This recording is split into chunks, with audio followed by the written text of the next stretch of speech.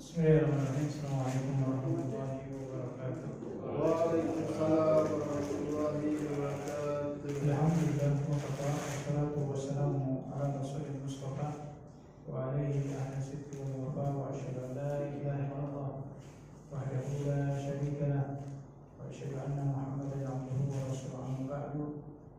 Allahumma sallimna ila Ramadan wa sallim Ramadan lana wa tasallahu minna wa taqabbala. Allahumma barik lana fi Rajab wa Sya'ban wa balighna Ramadan. Allahumma amin amin ya rabbal alamin. Jazakumullah, puji setelah syukur kita panjatkan kehadirat Allah Azza wa Jalla tanpa terasa di hari ke-26 di bulan Sya'ban. Allah masih berkenan mempertemukan kita semua di majelis ini, dan sepertinya ini majelis terakhir sebelum tibanya Ramadan yang akan datang. Mudah-mudahan Allah berikan usia yang panjang, kesehatan, hidayah dan taufik, dan Allah lindungi kita dari sifat malas dan berat untuk beribadah, sehingga mudah-mudahan Ramadan ini adalah Ramadan yang jauh lebih baik dibandingkan Ramadan sebelumnya. Salawat dan salam mudah-mudahan senantiasa terlimpah curahkan teruntuk suri teladan kita dan ibana wa nabiyana Muhammadin sallallahu alaihi wasallam, teruntuk para sahabatnya, tabi'ut tabi'innya, dan kita semua. Mudah-mudahan asbab wasilah, mudah-mudahan bisa optimal ibadah di bulan Ramadan nanti, menjadi asbab kita dihalalkan mendapatkan syafaat Rasulullah di yaumil qiyamah. Allahumma amin amin ya rabbal alamin. Baik, ikhwatihimmullah, materi kita hari ini menyangkut akan tibanya bulan Ramadan. Jadi ini mengulang aja materi ulangan yang sudah sering dibahas di setiap kali Ramadan akan tiba. Yang pertama, ikhwatihimmullah, diberikan kesempatan bisa beribadah di bulan Ramadan itu sesuatu yang sangat mahal. Kenapa dikatakan mahal? Kalau boleh kita merujuk ke hadis yang diriwayatkan oleh Imam Ibnu Majah, hadis sahih, diceritakan ada sahabat Nabi namanya Thalhah bin Ubaidillah radhiyallahu ta'ala anhu. Kalau Bapak Ibu baca sejarah Thalhah bin Ubaidillah ini, beliau satu dari 10 sahabat Nabi yang sudah dijamin masuk surga semasa hidupnya. Jadi mungkin kita mengenal ada Abu Bakar, ada Umar, dan seterusnya. Dari 10 sahabat Nabi itu salah satunya ada Thalhah bin Ubaidillah. Thalhah ini radhiyallahu ta'ala anhu ini, beliau suatu saat mimpi. Mimpinya itu Allah pertemukan dengan 2 teman dekatnya yang dua-duanya udah meninggal. Dan uniknya mereka bertiga itu dipertemukan di depan pintu surga. Nah, berarti gitu. Mungkin kalau saya ceritakan mimpi seperti ini, mimpi kita gak usah dipercaya, ya. Tapi ini mimpinya sahabat Nabi. Terus nanti mimpinya ini akan dikonsultasikan ke Rasulullah, dan ternyata Rasulullah membenarkannya. Nah, jadi mimpi tersebut Thalhah bin Ubaidillah ini mendapati 2 temannya ini dua-duanya udah meninggal. Cuman izin Allah, yang satu meninggal wafatnya syahid di medan pertempuran, dan yang satu lagi meninggal setahun kemudian, tepatnya pada saat sedang sakit di atas ranjangnya. Tapi dalam mimpi tersebut, ketika satu persatu calon penghuni surga itu diizinkan masuk, ternyata yang duluan dipanggil itu adalah orang yang sakit di atas ranjang. Jadi si fulan yang duluan, baru yang mati syahid selanjutnya. Dan akhirnya ini yang membuat Thalhah bin Ubaidillah heran. Kenapa enggak yang mati syahid duluan yang masuk surganya? Kenapa malah yang meninggal di atas ranjang sakit gitu, yang didahulukan untuk dipanggil ke dalam surga? Hingga dalam cerita saat itu ketika dua-duanya udah masuk, Thalhah bin Ubaidillah berinisiatif masuk, ingin masuk. Cuman terdengar ada sebuah panggilan di mana sayup-sayup terdengar sebuah ungkapan, ammal anta falisal an, adapun kamu belum tiba masanya. Dan akhirnya Talha bin Ubaidillah dibangun dari mimpinya. Diceritakan mimpi ini ke sahabat-sahabat Nabi, akhirnya dari satu mulut ke mulut yang lain, akhirnya nyampe juga ke Rasulullah. Rasulullah SAW memanggil Talha bin Ubaidillah dan mengcross-check, mentabayun mimpinya itu apakah sama seperti yang didengar oleh Rasulullah dari yang lain-lain. Dan Talha mengatakan iya. Dan Talha kemudian bertanya terkait kenapa yang meninggalnya sakit di atas ranjang malah duluan masuk surga. Ini kita perhatikan di sini Rasulullah SAW tidak mengomentari mimpinya benar atau enggak. Karena memang jamaah sekalian, kalau kita baca di surat Az-Zumar ayat 42, ada momen di mana bisa aja antara orang yang sudah wafat dipertemukan dengan orang yang masih hidup. Tapi kejadiannya pada saat dua orang ini dua-duanya arwahnya dicabut. Yang satu dalam kondisi tidur, kan kalau kita tidur arwah kita dicabut. Dan yang kedua dalam kondisi orang ini sudah wafat. Jadi dua-duanya ini Allah ambil arwahnya, bisa aja dipertemukan. Jadi ini yang menjadikan landasan dalil oleh para ulama. Mungkin gitu, kita ini dipertemukan dengan orang yang sudah wafat. Cuman catatannya,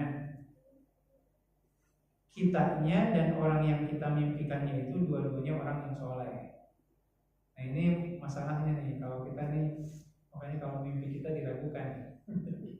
Nah masalahnya tadi yang mimpinya juga sudah dijamin masuk surga, terus juga Rasulullah nggak mengomentari mimpinya, artinya udah benar mimpinya. Nah, yang menjadi pertanyaan itu keraguan-keraguan, kenapa tadi yang mati syahid malah belakangan masuk surganya? Jawaban dari Rasulullah SAW, bukankah ada selisih 1 tahun antara yang mati syahid dengan yang meninggal sakit di atas ranjang? Ada selisih 1 tahun, dan di 1 tahun itu setidaknya orang ini diizinkan bisa ibadah di bulan Ramadan. Sehingga ikhwatullah bisa saja ada orang yang di satu sisi ibadahnya biasa-biasa saja, terus ikut ke medan pertempuran, mati syahid, makomnya, derajatnya bisa dikalahkan oleh orang yang bersungguh-sungguh ibadah di bulan Ramadan. Maka ini salah satu alasan di antara begitu banyak alasan. Sayang kalau seandainya kita menyia-nyiakan Ramadan yang kesekian kalinya sudah Allah berikan. Makanya malaikat Jibril, kalau kita sering mendengar hadis ini, hadis sahih riwayat Imam Abu Daud, sampai mendoakan apa ya bahasanya? Mendoakan kecelakaan, kenistapaan bagi siapa? Bagi mereka yang diberikan kesempatan masuk Ramadan tapi malah banyak melakukan dosa dan maksiat dan tidak berusaha untuk meminta pengampunan dosa dari Allah. Sementara doanya ini dibacakan oleh malaikat Jibril yang mengamininya Rasulullah. Itu kan luar biasa. Malaikat Jibril berdoa, "Raghima anfum ri'in adraka Ramadan." Ya Allah, berikanlah kenestapaan bagi mereka yang memasuki bulan Ramadan, bukannya melakukan kebaikan, malah mengotori dirinya dengan dosa dan maksiat. Maka saat itu Rasulullah mengangkat kedua tangannya dan mengucapkan Allahumma amin. Ya Allah, kabulkanlah doanya malaikat Jibril. Nah, oleh karenanya ikhwatallah, kita diajarkan kalau kita baca di surat Ad-Dariyat, umpamanya di ayat yang ke-18 disebutkan di antara ciri-ciri ahli surga itu salah satunya wabil ashari hum yastaghfirun. Mereka mengawali puasanya itu dengan bersantap sahur, dan ketika bersantap sahur itu di antara amalan yang diperbanyak adalah memperbanyak beristighfar. Jadi Bapak Ibu sekalian, di antara amalan ketika sahur itu bukan hanya sekedar makan minum saja, dan diminimalisir ya, nonton film yang bukan film, nonton TV yang banyak lawakan. Nah, kan kalau sahur itu banyak orang yang ketawa-ketawa gitu acara-acara di TV. Ya harusnya kata Allah wabil ashari hum yastaghfirun. Di di waktu sahur itu hendaklah kalian memperbanyak beristighfar. Nah, baik, ikhwatikullah, ini secara umum bagaimana kemudian kita itu benar-benar harus memuliakan tibanya bulan Ramadan. Karena kedudukan yang mati syahid bisa dikalahkan dengan yang bersungguh-sungguh ibadah di bulan Ramadan. Demikian juga malaikat Jibril sampai mendoain yang gak benar gitu ya, dan diamini oleh Rasulullah bagi mereka yang menyia-nyiakan datangnya bulan Ramadan. Termasuk kalau kita berbicara tentang keutamaan-keutamaan yang lain, kalau boleh kita sebutkan setidaknya 2 lagi lah ya. Selain keutamaan yang disebutkan tadi itu, salah satunya adalah pintu surga dibuka, pintu neraka gitu. Tapi jangan difahami secara tekstual ya, karena anggapan pintu surga dibuka di bulan Ramadan berarti di luar bulan Ramadan pintu surganya ditutup. Atau kalau di bulan Ramadan pintu nerakanya ditutup, berarti di luar bulan Ramadan pintu nerakanya dibuka. Bukan itu maksudnya ya Pak. Para ulama memahamkan kepada kita, yang dimaksud dengan pintu surga dibuka lebar-lebar dan pintu neraka ditutup rapat-rapat itu artinya peluang kita menjadi orang benar itu sangat terbuka lebar. Jadi orang baik. Salah satunya apa? Ya kalau kita berat beribadah puasa di luar bulan Ramadan, yang Senin Kamisnya, yang lebihnya kalau dirasa berat, maka di Ramadan suka atau enggak suka kita puasanya full selama 1 bulan. Dan insya Allah ya nggak ada yang puasa full selama 1 bulan ingin dipuji orang lain. Yang maksudnya ria, nggak ada gitu ya. Jangankan anak kecil aja pada puasa, ngapain ria-riaan gitu ya. Jadi itu satu hal yang perlu kita cermati. Ya Allah itu benar-benar membuka keran-keran kebaikannya dan meminimalisir adanya peluang untuk melakukan dosa dan maksiat. Dan puncak dari itu semua, dan ini yang kita ketahui, selain pintu surga dibuka, pintu neraka ditutup, terus apa lagi Pak? Setan dibelenggu. Jadi setannya juga ada diikat tuh dari kerangkanya. Cuman ada ulasan menarik yang dikatakan oleh Imam At-Tabari.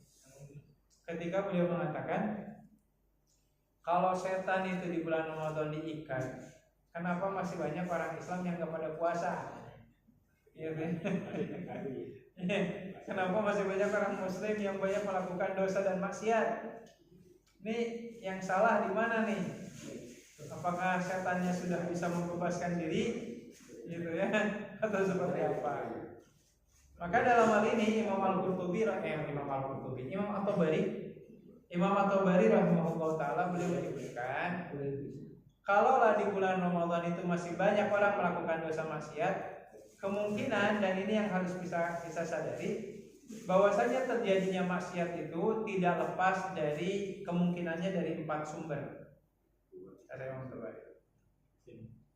Apa aja 4 sumber itu? Yang pertama dan yang kedua. Yang pertama dan yang kedua ini Allah sebutkan di surat An-Nas ayat terakhir. A'udzubillahi minasyaitonir minal jinnati wan nas. Jadi adanya peluang untuk melakukan kemaksiatan dan manusia itu berani melakukan dosa di hadapan Allah, penyebabnya yang pertama adalah minal jinnati, ada setan yang berasal dari sebangsa jin. Ya, itu yang pertama dulu tuh. Jadi setan sebangsa jin itu yang selalu membisikkan yang buruk-buruk. Dan izin Allah, setan yang sebangsa jin itu di bulan Ramadan diikat. Cuman masalahnya ada setan yang kedua. Apa itu? Manusia. Nah ini yang kedua nih. Makanya Allah menegaskan di surat Al-An'am ayat 112, wa kadzalika ja'alna likulli nabiyyin aduwwan syayatinal jinni wal ins. Kata Allah, dan telah kami jadikan setiap nabi itu punya musuh. Siapa musuhnya? setan dari sebangsa jin dan setan dari sebangsa manusia. Jadi yang kita ketahui setan itu sifat, bukan nama makhluk. Setan itu maknanya adalah al-bu'du an rahmatillah, makhluk yang suka ngajak-ngajak agar kita terjauh dari rahmat Allah. Maka kalau setan sebangsa jin, alhamdulillah sudah diikat di bulan Ramadan. Cuman setan sebangsa manusia, ini gimana ngikatnya Pak? Kalau setan sebangsa jin kan dengar adzan sampai lari-lari ya. Ya, setan sebangsa manusia mah ya nggak lari-lari. Nah makanya hati-hati kita memiliki pertemanan atau pembisik-pembisik yang suka mengajak kepada keburukan. Maka jikalau setan sebangsa jin Allah ikat, masih ada setan sebangsa manusia, maka faktor penyebab ketiga terjadinya dosa di bulan Ramadan itu adalah karena hawa nafsu yang tidak bisa dikendalikan. Nabi Yusuf alaihissalam di surat Yusuf ayat 53 mengatakan, A'udzubillahi minasyaitonir rajim, inna nafsa la'ammaratun bisu' illa ma rahima rabbi. Sesungguhnya hawa nafsu itu kalau tidak diikat dengan rasa keimanan kita kepada Allah, yang namanya hawa nafsu itu akan mengarahkan kita kepada tindakan dosa dan maksiat. Maka ini hawa nafsu nih yang muncul. Dan yang terakhir, ikhwan terjadinya dosa maksiat di bulan Ramadan itu, kalau bukan pembisiknya dari setan sebangsa jin dan manusia, atau mungkin bukan karena hawa nafsu, maka faktor yang terakhir adalah karena sudah menjadi gaya hidup alias kebiasaan. Dan kita melihat ya, mudah-mudahan di sini mah enggak ya. Saya mau contoh jamaah sholat subuh yang istiqomah sampai akhir, biasanya mereka yang biasa sholat subuh berjamaah di luar bulan Ramadan, yang sampai akhir yang istiqomah. Tapi kalau di luar bulan Ramadan sholat subuhnya jarang-jarang, paling hanya akan ramai sholat subuhnya minggu pertama, gitu ya. Itu akan terseleksi dengan sendirinya. Pasti yang muncul itu ya lu lagi kata malaikat kita bahasanya.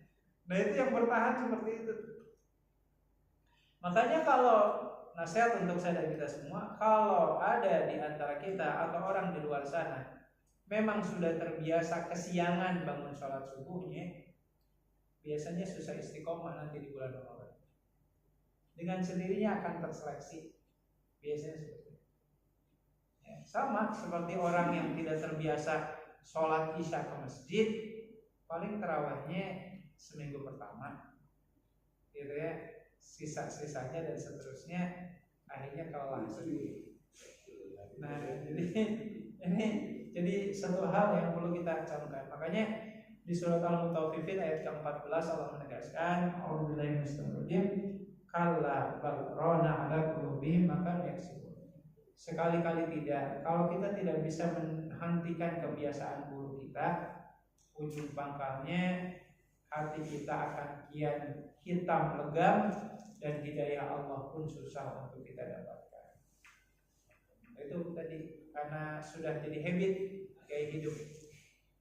Makanya bapak-bapak bagi yang punya anak perempuan, kalau cari mantu standar zaman sekarang mah bukan sekedar berapa mas kawinnya ya, tapi salah satu hal yang harus kita tanyakan selaku bapak dari anak gadis kita itu, salah satu pertanyaannya adalah, apakah Anda siap sholat subuh berjamaah tiap hari ke masjid? Nah itu harus seperti itu jam sekarang. Kalau ditanya siap sholat tahajud terlalu berat kan? Ya. Takutnya siap di awal dulu. Siap. Minimal gitu tuh pertanyaannya. Anda siap nggak sholat subuh berjamaah tiap hari ke masjid? Karena ya, kita nggak mau melepaskan anak gadis kita ke sembarang orang. Di rumah kita udah rawat, kita udah didik, kita suruh sholat, kita pelihara. Kita nggak mau punya calon mantu yang nggak beres sholat. Nah itu satu hal yang perlu kita coba.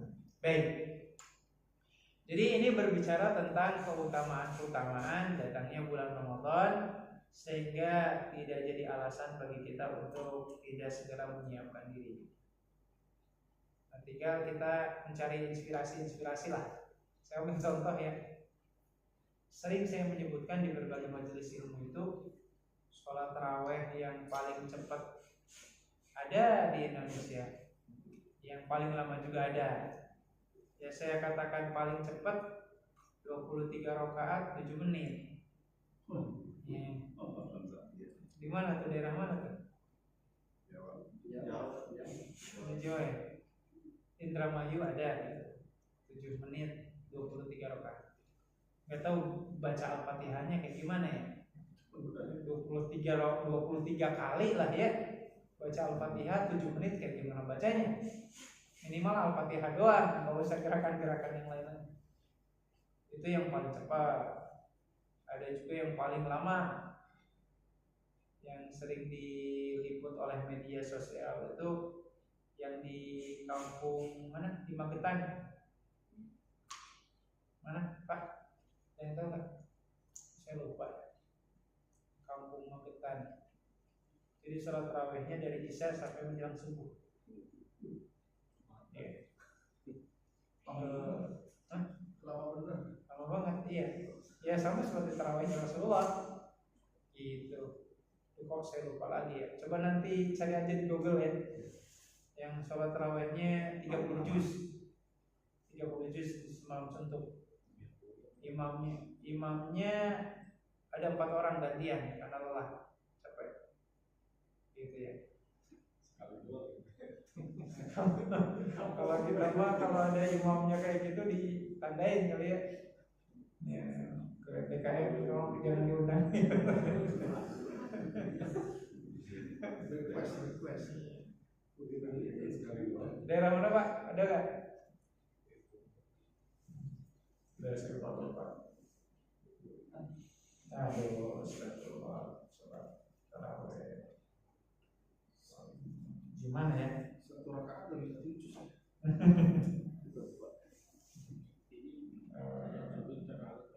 Masjid, oh iya, Temboro. Iya. Salat tarawihnya durasinya 8 jam, 30 juz. Boleh Pak, sekali lah ya. Kayak ini mas.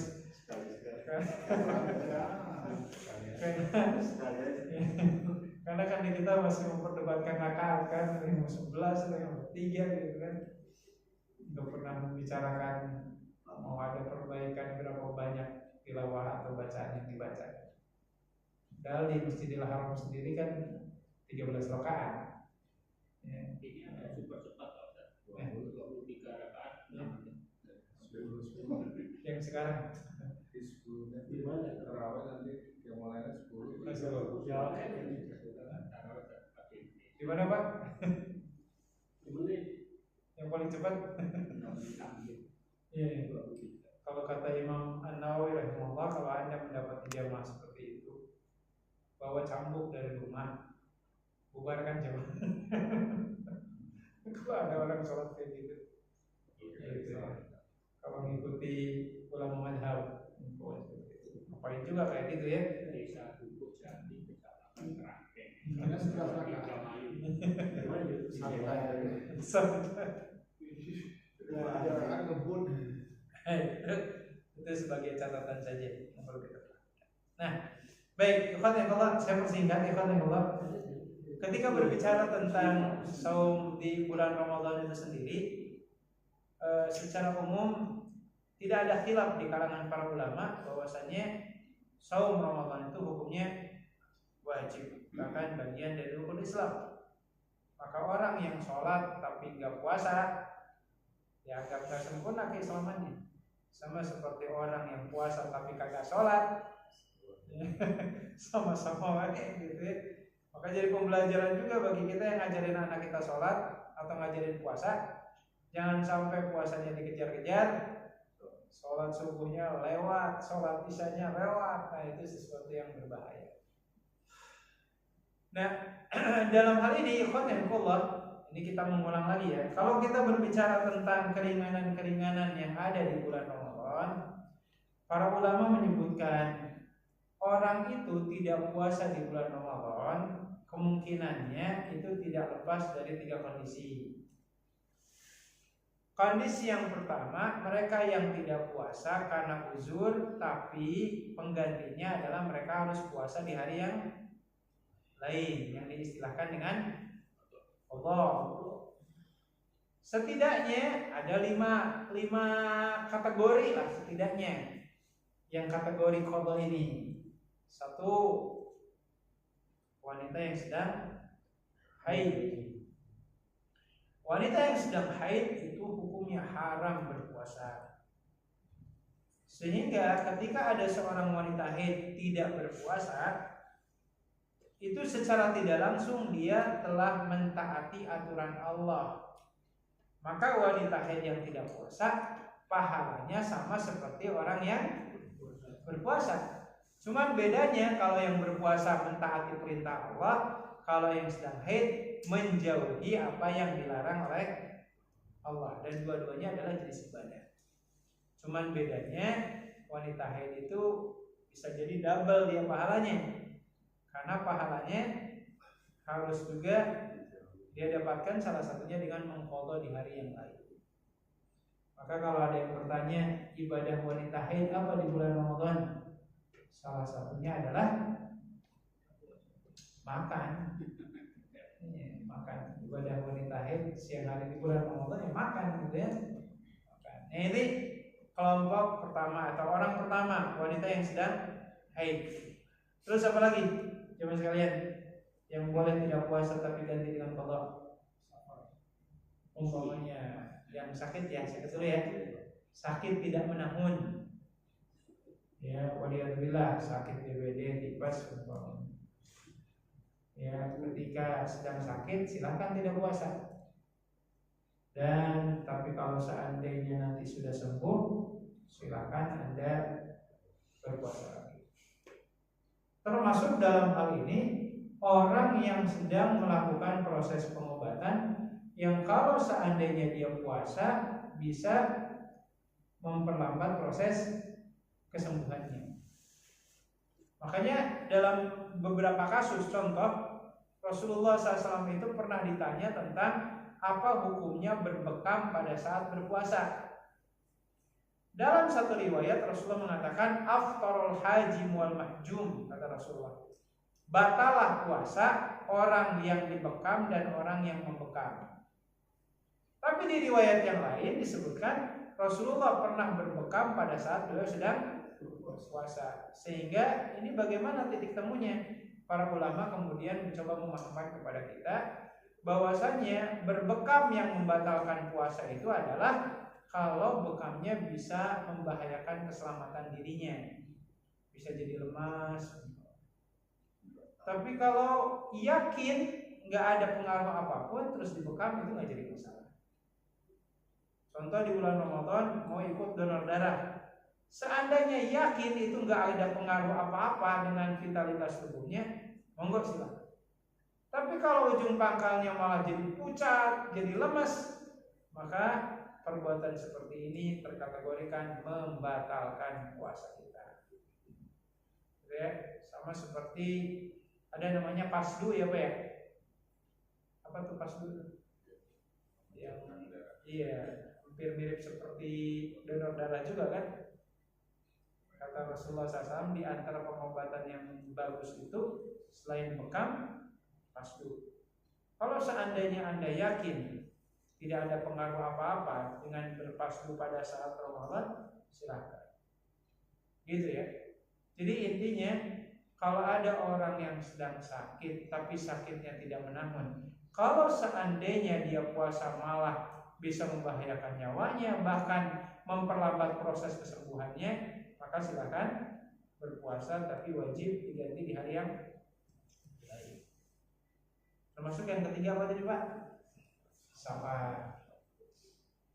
Tapi ingat ya, safarnya ini memang benar-benar safar, bukan ngakal-ngakalin.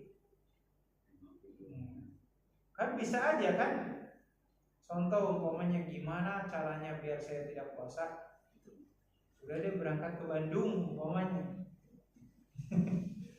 Ke Bandung kan udah lebih dari 83 kilo tuh. Gitu ya. Atau umpamanya udah berangkat deh ke Jakarta mana? Kalau ke Tanah Abang ada berapa kilo tuh? Kalau tujuannya hanya sekedar ngakal-ngakalin syariat ya nggak boleh.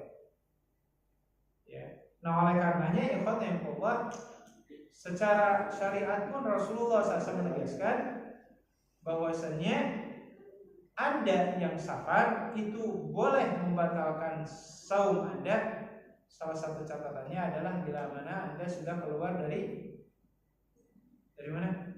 Tapal batas kota di mana kita tinggal. Jadi jangan sampai umpamanya Pak Yadi nih mau pulang ke kampungnya di mana? Lampung. Oh, kejauhan ya Lampung. Enggak apa-apa sih lebih dari 83 kilo. Karena apa? Ya, umpamanya. Jadi jangan sampai berangkatnya belum tapi sudah makan-makan di sini. Pas ditanya, Pak Yadi nggak puasa? Saya mau mudik lah. Mudiknya kan belum, Pak. Jadi mulai boleh membatalkan puasa itu nanti kalau sudah keluar dari Kerawang. Silahkan. Kalau sudah keluar dari Kerawang, mau batalkan silahkan. Mau melanjutkan puasa pun nggak jadi masalah. Itu pilihan. Gitu ya. Bahkan kalau seandainya kondisi safarnya itu berat, macet luar biasa, maka kata Rasulullah, laisa minal birri asyam fis safari, kata Rasulullah, tidaklah ternilai sebuah kebaikan orang yang maksa puasa dalam kondisi safarnya itu sangat berat. Oke ya, lanjut ikhwan yang kedua. Yang keempat apa? Ada yang haid, ada yang sakit tidak menamun, orang yang safar. Nah, yang keempat ini terkategorinya fatwa ulama kontemporer hari ini ya. Mereka yang profesinya itu sangat berat, yang kalau mereka ini maksain puasa bisa membahayakan keselamatan jiwanya. Ya, ini kan salah satunya muncul dari pertanyaan-pertanyaan di zaman sekarang. Contoh umpamanya ada perusahaan untuk nyetak bodi mobil atau nyetak spare part, gitu ya. Bagian istilahnya kalau pabrik apa, bagian casting. Itu banyak yang mengeluh. Udah pakai jaket penahan panas, udah kepala dibalut anduk basah, pakai helm juga, tetap aja kering tenggorokan itu. Dipaksain puasa, nggak kuat. Maka bagi orang seperti ini silahkan tidak puasa di bulan Ramadan, tapi wajib diganti di hari yang lain. Cuman hari yang lainnya kapan? Gak enak juga, paling pas cuti gitu kan. Yang lain sesudah lebaran jalan-jalan gitu kan, dia puasa gitu. Yang lain Sabtu Ahad jalan-jalan, dia puasa gitu kan. Tapi itu bagian dari konsekuensi. Nah, yang terakhir ikhwan yang mereka-mereka yang diperbolehkan tidak puasa dan mengqadha di hari yang lain itu adalah mereka yang mengalami perbedaan dalam penentuan hari raya. Ya, saya ambil contoh umpamanya, mudah-mudahan gak kejadian ya. Karena saya di WA tadi sama keponakan saya di Semarang, kuliah di Semarang. Jadi kalau di Semarang itu saudara-saudara kita dari PBNU sudah memastikan kalau pakai hitungan hisab puasanya itu hari Kamis tanggal 19. Sementara yang dari Muhammadiyah hari Rabu tanggal 18. Nah, nggak tahu nih nanti sidang isbatnya tanggal 17 hari apa nih? Apakah 18 atau 19? Umpamanya kalau kejadian, ini kita ngikut mana nih? Ikut ormas atau ngikut pemerintah? Makanya berat juga kan ikhlas yang Allah menentukan, maksudnya berat tanggung jawabnya. Kira-kira nih ormas-ormas yang menentukan dan mengumumkan kapan lebaran, kapan 1 Ramadan itu kira-kira akan dihisab nggak sama Allah Azza wa Jalla? nanti di hari kiamat. Ya, pastinya akan diminta pertanggungjawabannya. Ya, makanya harusnya cukup pemerintah saja sih sebenarnya. Tapi masalahnya pemerintahnya membolehkan orang masuk menentukan sendiri. Nah, singkatnya ikhwatullah, kalau mengalami kejadian seperti ini, karena kejadian yang saya maksud ini pernah terjadi juga di zaman Rasulullah SAW. Kalau kita baca dalam Musnad Imam Ahmad dan hadisnya disahihkan oleh salah satunya oleh Imam Al-Albani, ceritakan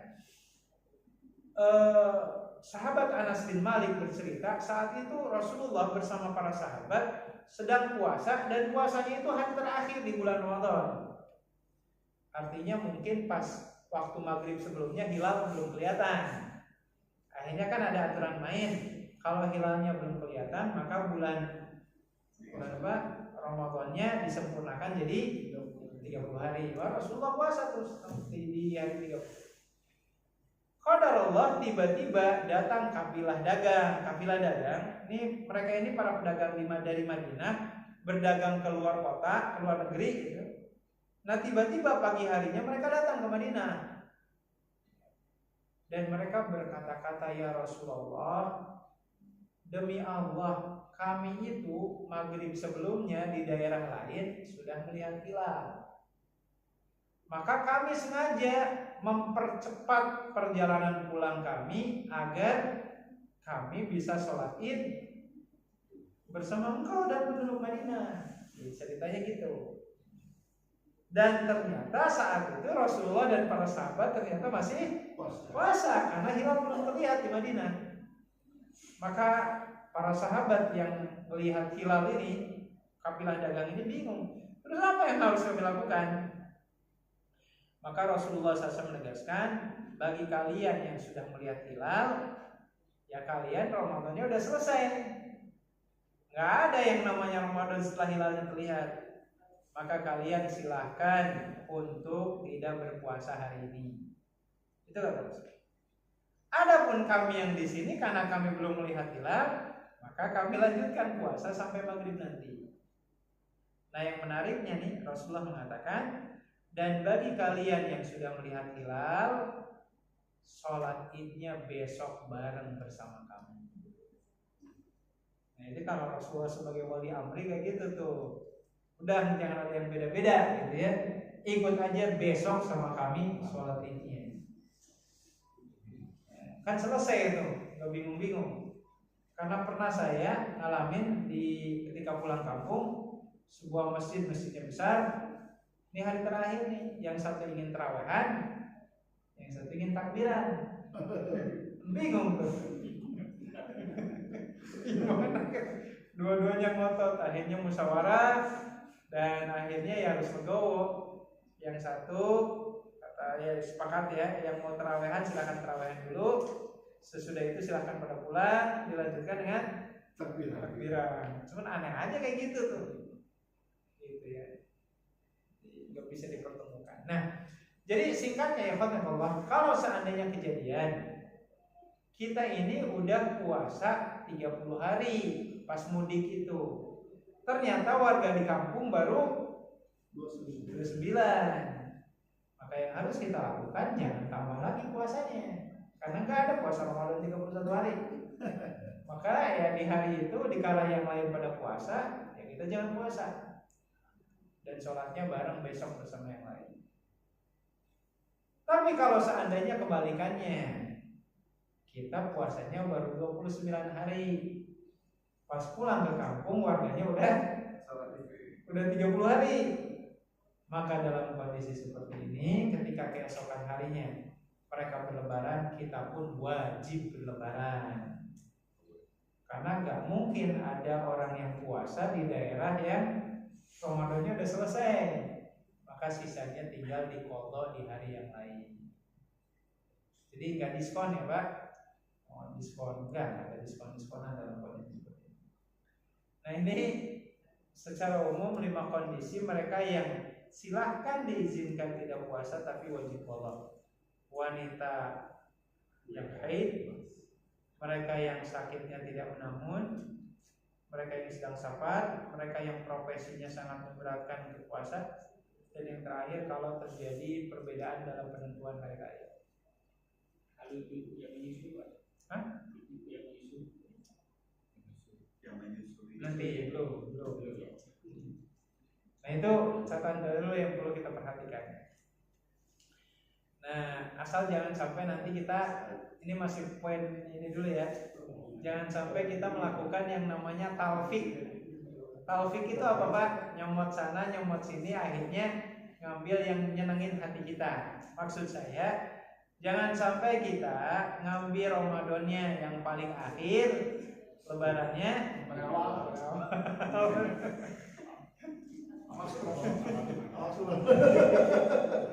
Bahaya tuh kayak gitu. Nah istilah syariatnya itu namanya talfik. Talfik itu nyomot sana nyomot sini. Yang yang bagus saja. Ujung pangkalnya nanti yang nyenengin hawa nafsu itu hukumnya haram. Gitu ya, nggak boleh. Nah baik, bagaimana dengan wanita hamil, menyusui, melahirkan? Ini memang para ulama berbeda pendapat. Saya ada salah seorang jamaah ya teman saya, dia punya istri anaknya 13 Pak. Dan selama kali melahirkan, selama itu pula si istrinya tidak puasa. Coba 13 kali Ramadan gak puasa-puasa ya Pak. Selalu tidak bisa 18 kali Ramadan. Bisa lebih malah.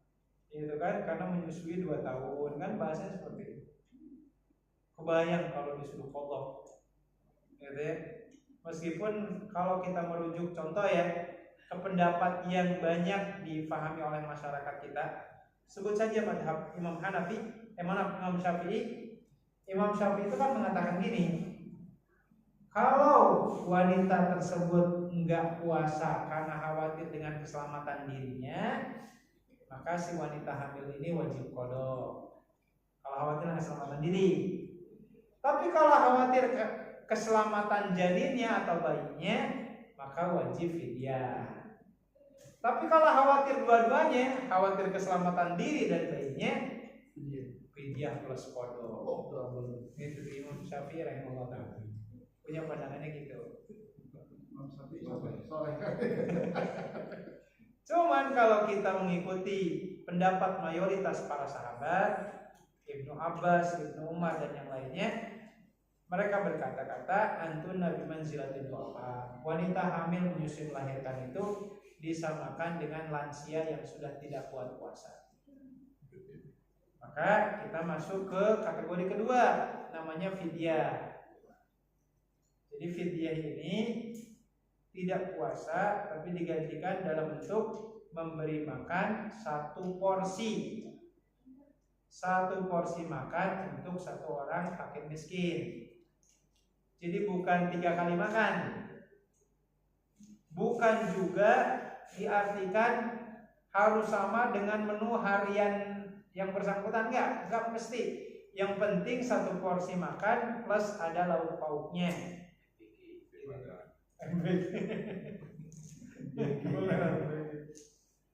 Nah itu yang harus kita pahami ya. Nah klasifikasinya apa saja yang boleh tidak puasa tapi wajib bayar fidyah? 1 tadi disebutkan lansia yang sudah tidak kuat puasa. Karena kalau lansia doang, banyak lansia yang masih sehat. Karena kategori lansia itu kalau melihat umur kan 60 tahun ke atas. Tapi di sini kan di sini ada yang 60 kan? Tapi kan masih sehat bugar alhamdulillah. Masih wajib puasanya. Jangan mentang-mentang udah 60 gak wajib, enggak lah. Bisa ambil kiri kanan. Dia satu keempat ya Pak. Jadi makanya dikatakan abdu apa mereka yang lansia yang gak kuat puasa. Silahkan ganti dengan fidyah. Terus siapa lagi? Mereka yang sakitnya menahun, seperti yang stroke-nya parah, yang harus cuci darah, monggo silakan ganti dengan fidyah. Termasuk tadi yang kita sebutkan, ini pandangan mayoritas sahabat Nabi, wanita hamil menyusui melahirkan cukup bayar fidyah saja, jangan memaksakan diri. Nah tinggal kemudian yang harus kita perhatikan di dalam bab fidyah ini setidaknya ada 2 hal. Yang pertama terkait tata cara menunaikan fidyah. Ingat, ikhwanullah, fidyah ini konteksnya adalah membayar hutang. Artinya kitanya harus punya hutang dulu baru bayar. Jangan hutang belum punya udah bayar duluan. Contoh umpamanya kita punya orang tua yang sudah lansia udah kagak puasa, Ramadannya belum tapi sudah bayar fidyah, nggak boleh kayak gitu. Jadi fidyah itu boleh dicicil harian, pekanan, atau bahkan nanti nunggu Ramadan selesai, boleh seperti itu. Gitu ya. Itu catatan yang pertama. Catatan yang kedua, nah ini yang ingin saya sebutkan. Tadi masih dengan ya Pak ya, zaman sekalian istilah talfik, nyomot sana nyomot sini biar nyenengin hati gitu ya. Nah ada yang menarik dalam bab fidyah di aturan perzakatan ya di negara kita, di Basnas itu mengeluarkan edaran. Jadi gini Pak, dalam bab fidyah ulama terbagi kepada 2 pendapat. Nah ini kita harus agak simak sedikit demi sedikit. Pendapat pertama, pendapat Imam Hanafi. Kata Imam Hanafi, fidyah itu harus sama dengan menu penduduk kota Madinah. Kalau enggak kurma, gandum.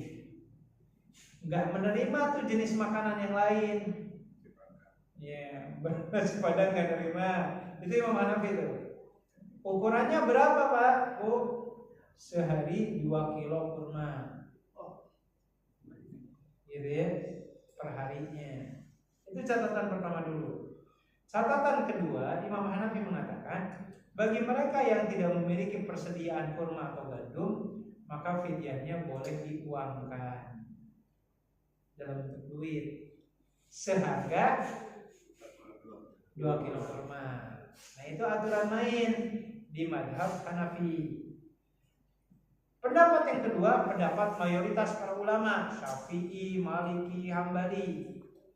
Mereka menegaskan fidyah itu enggak mesti dibatasi dengan kurma dan gandum, tapi dikembalikan kepada bahan makanan pokok warga setempat. Jadi kalau mayoritas para ulama mengatakan pakai nasi padang boleh, nasi pecel boleh, gitu kan? Pokoknya nasi uduk boleh. Nah yang menariknya para ulama ini mengatakan nih disesuaikan ya, dan ukurannya sekali makan. Sekali makan. Nah yang menariknya ulama ini menegaskan fidyah itu tidak bisa diuangkan. Nah masalahnya di kita pendapatnya ini dua-duanya dicomot. Yang di sini dicomot boleh pakai duit. Ini ya Imam Hanafi nih. Imam Hanafi mengatakan boleh pakai duit, tapi ukurannya nggak pakai ukuran Imam Hanafi. Karena Imam Hanafi kan berapa tadi? 2 kilo kurma. Ukurannya pakai ukuran ini yang seporsi makan nasi padang tadi. Maka muncullah nominal harganya sekitar, kalau edaran Basnas itu sekitar 65.000 per hari. Sekarang tuh. Jadi kalau pakai duit 65.000. Iya. Jadi, nah itu yang saya maksud. Dari sini nyomot boleh pakai duitnya, dari sini nyomot ukuran seporsi nasinya. Padahal kalau mau sekalian gitu, pakai duitnya 2 kilo kurma. Cuman kegedean Pak. Akhirnya tadi nyomot sini, muncullah angka yang kecil tadi.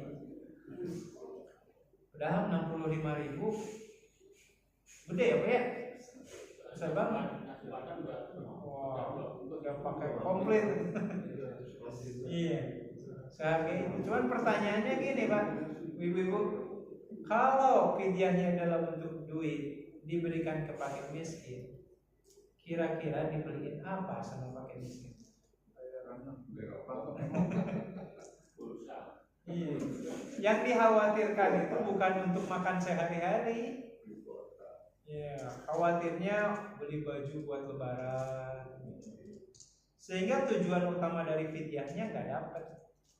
Karena fidyah itu sendiri Allah tegaskan Al-Baqarah 184 wa 'alal ladzina yutiquna fidyatun ta'am miskin.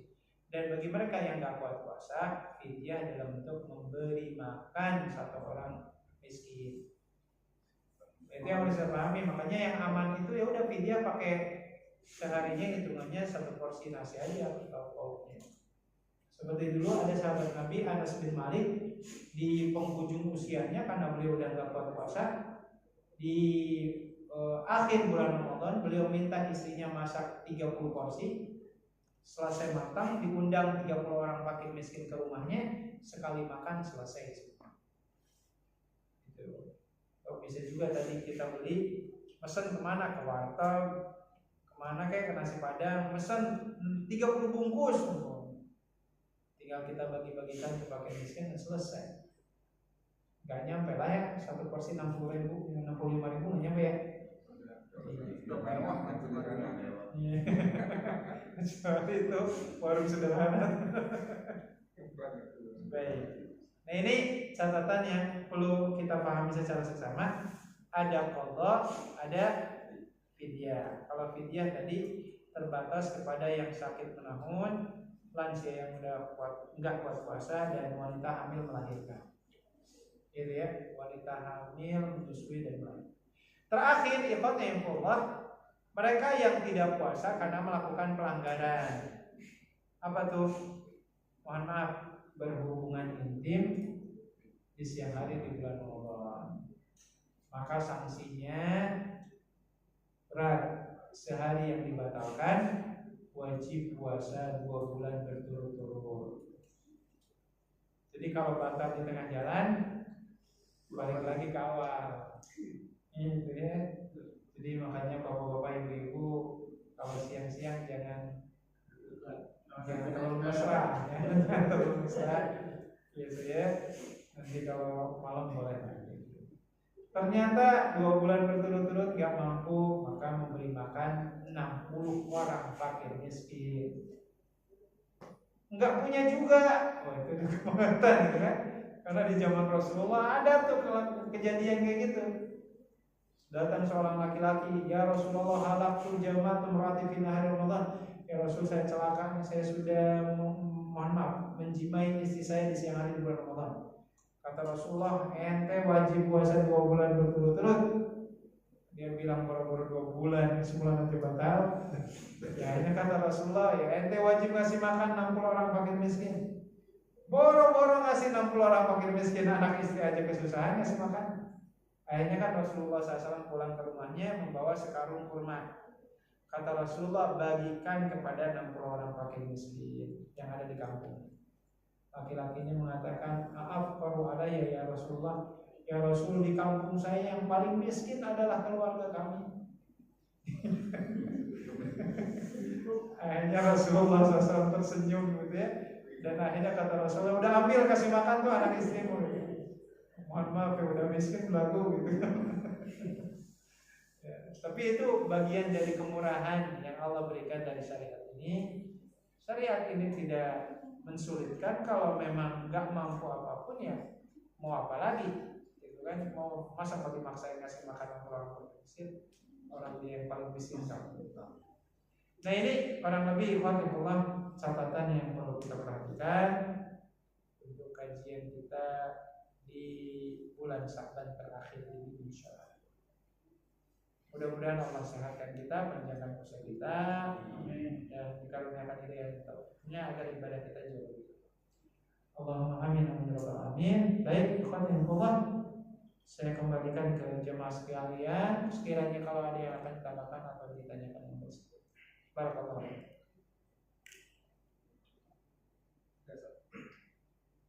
Terkait dengan manajemen tidur, Ustaz. Tadi kan kadang-kadang kita pengen ibadah malam gitu ya. Tapi kadang-kadang kalau ibadah subuhnya ya, kadang-kadang habis subuh baru tidur gitu. Jadi kadang-kadang harus pilih antara malam atau subuh gitu, Ustaz. Gimana Ustaz? Pengen kalau ketika Ramadan cuma tidur. Nah, ini yang menarik dan mungkin jarang-jarang dikaji. Karena yang pertama, kalau kita ingin mencari keintiman beribadah khususnya dengan bertilawah Al-Quran, maka kalau kita melihat riwayat-riwayat itu, Rasulullah SAW banyak mengoptimalkan tilawah Al-Quran itu di malam hari, gitu ya, di malam hari. Sebagaimana pula kalau kita baca di surat Az-Zumar ayat 9, kalau kita baca tafsir Imam Ibnu Katsir, disebutkan sahabat Nabi Utsman bin Affan radhiyallahu ta'ala anhu, beliau sholat tarawihnya 1 rakaat, tapi yang dibaca 30 juz. Gitu ya, 1 rakaat 30 juz. Di satu sisi saya nggak bisa membayangkan rehatnya Rasulullah dan para sahabat seperti apa. Karena kan kita juga menemukan adanya riwayat Rasulullah itu tarawihnya dari Isya sampai menjelang sahur. Sampai Ibnu Abbas ditanya, durasi sahurnya Rasulullah itu berapa lama? Kata Ibnu Abbas, seperti orang yang membaca 50 ayat Al-Quran. Jadi memang luar biasa aktivitas di malam harinya itu full. Lantas bagaimana dengan konteks kekinian? Karena kita nggak bisa seperti itu.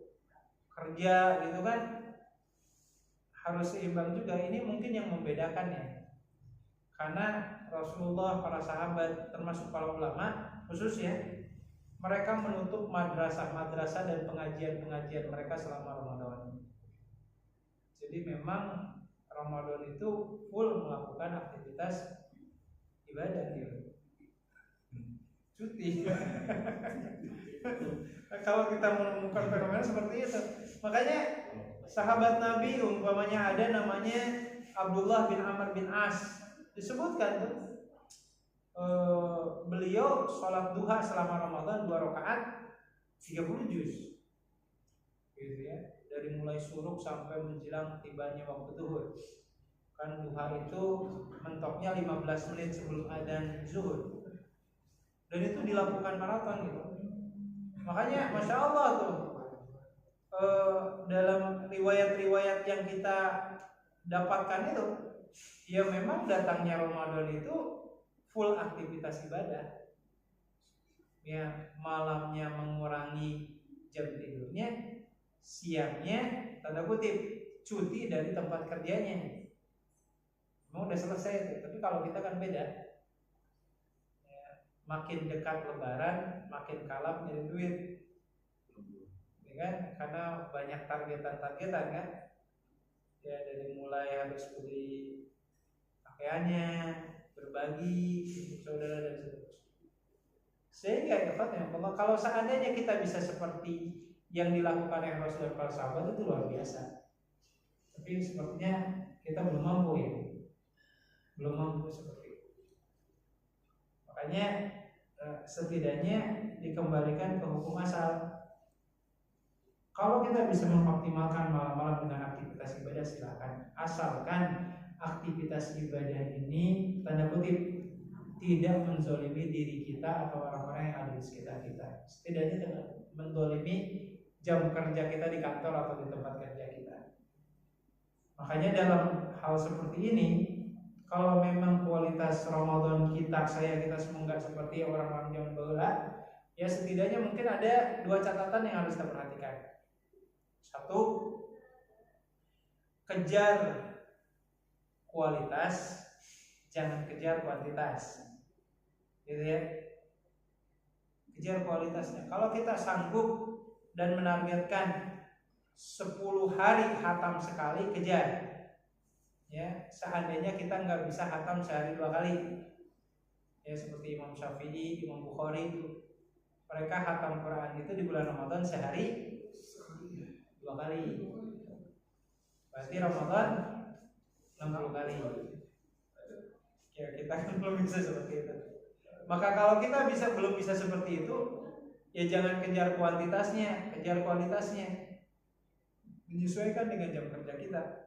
Kalau kita hanya mampu 10 hari sekali, walhamdulillah. Belum mampu juga, ya kira-kira semampunya di mana. Cuman pastiin tilawahnya harus beda, durasinya dan banyaknya dibandingkan dengan hari-hari yang lain.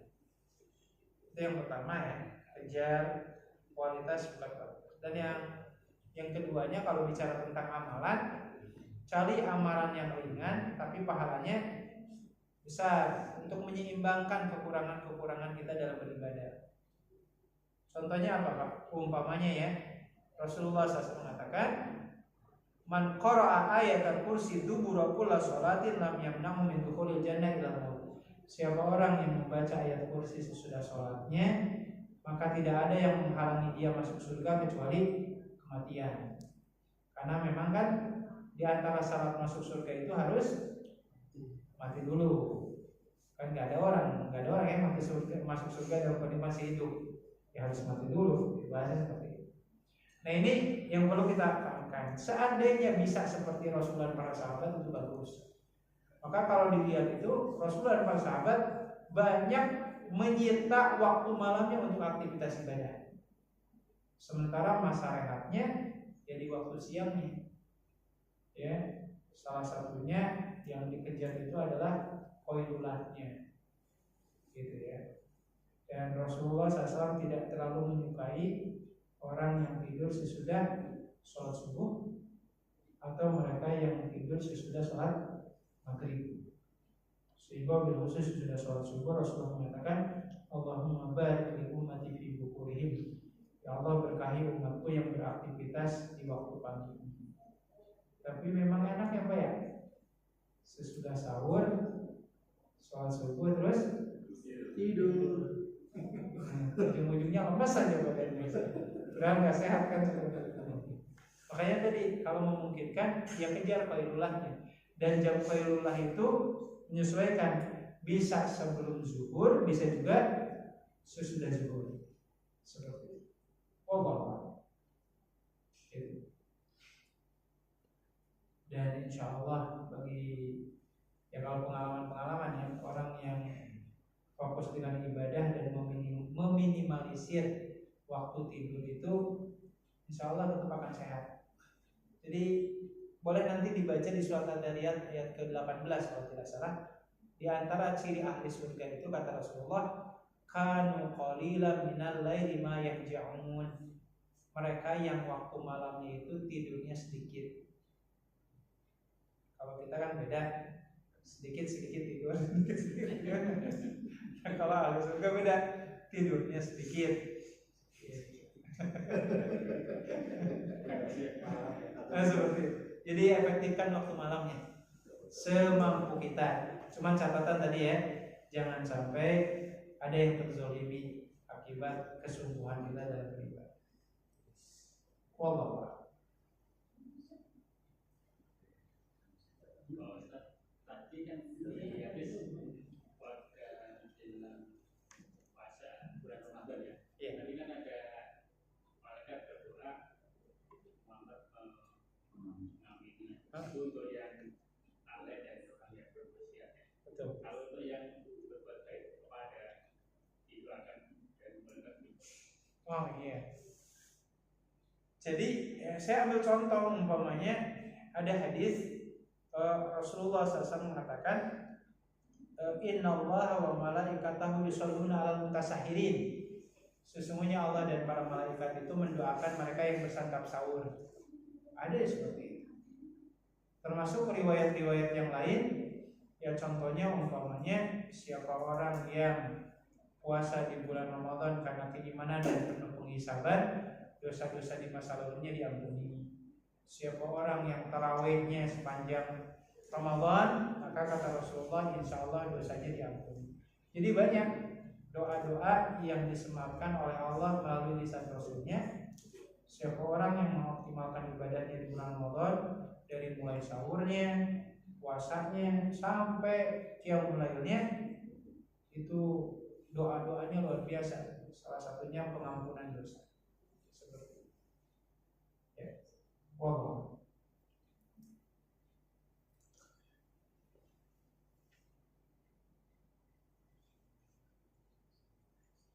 Baik.